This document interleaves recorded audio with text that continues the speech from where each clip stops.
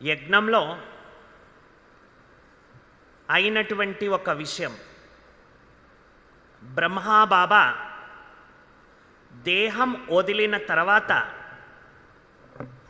ఎవరైతే సందేశీ ఉండేవాళ్ళు వతనానికి వెళ్ళి, బాబా మీరు ఎలా దేహాన్ని వదిలారు, దేహం వదిలేటప్పుడు మీ అనుభూతి ఏమిటి అని అడిగారు. అందుకు బాబా చాలా విమడించి చెప్పారు, బచ్చే 15 నిమిషాలు 15 minutes యుద్ధం నడిచింది. ఎక్కడ? లోపల. ఒక పక్క కర్మభోగం, ఇంకొక పక్క యోగ బలం. కర్మభోగం చాలా వరకు లోపల ఇబ్బంది పెట్టేసింది.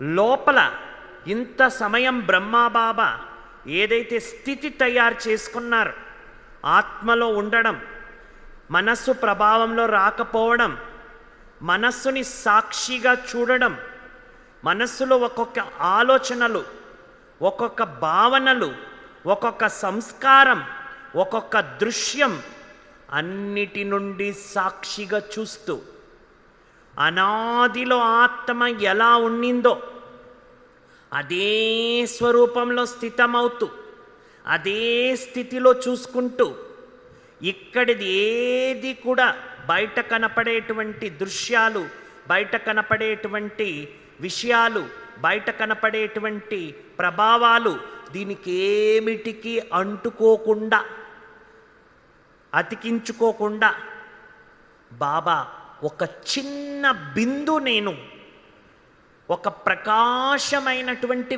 వెలుగు నేను, చైతన్యమైనటువంటి లైట్ నేను అని బాబా ఆ స్థితిని 15 నిమిషాలు వదల్లేదంట.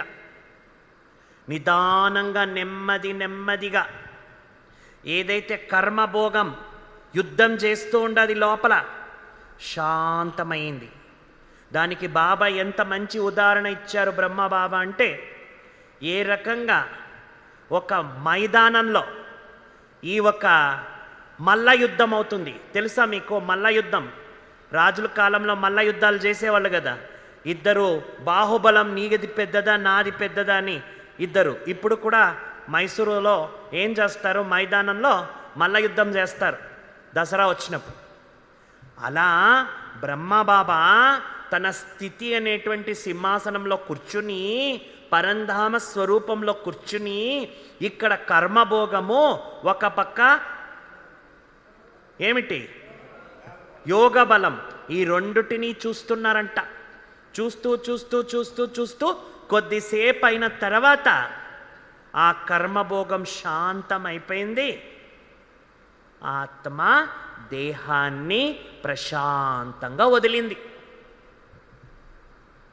అంటే బాబా తన లోపల ఉండేటువంటి కర్మభోగం ప్రభావంలోనూ రాలేదు, మనస్సులో వచ్చిన ఆలోచనల ప్రభావంలో రాలేదు, బుద్ధి ఏ రకంగా తన ఒక్క ప్రభావాన్ని చూపించింది రాలేదు, బయట ప్రపంచం గురించినూ కూడా మనస్సు ఎక్కడ లాగినా కూడా ప్రభావంలో రాలేదు. నేను వెళ్ళిపోతే ముందుకు యజ్ఞం ఎలా నడుస్తుంది ఆ ఒక్క బాధ్యత, చింత ఏమీ పెట్టుకోలేదు.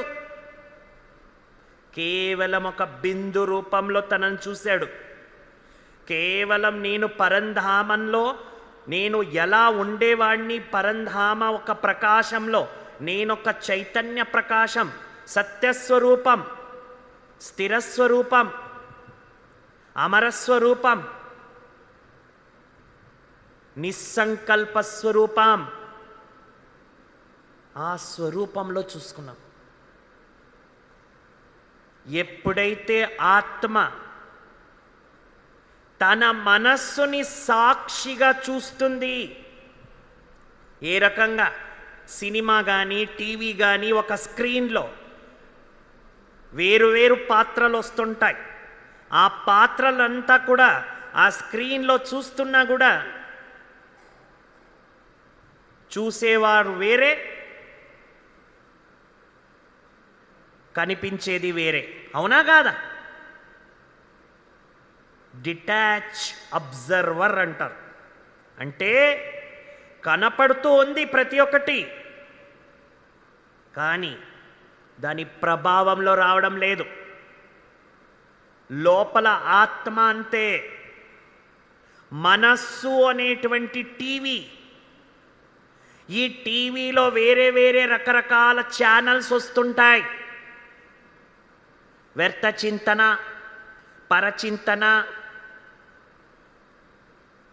మళ్ళీ గతంలో అయిపోయిన విషయాలు, ఇతరుల గురించి నెగిటివ్స్, ఈర్ష్యలు, ద్వేషాలు, కపటాలు, ముందుకేమవుతుందో అనేటువంటి భయము, ఇవన్నీ దృశ్యాలు కూడా మనస్సులో దాపిస్తాయి, మనస్సులో ప్రకటన అవుతుంది. ఏ విషయాన్ని కూడా ప్రభావంలో రారాదో. నా స్మృతి సింహాసనం ఏమిటి? నేను చైతన్యమైన లైట్, నేను డివైన్ లైట్. ఆ ప్రకాశమైన రూపంలో నన్ను నేను ఎంత చూసుకుంటున్నాను.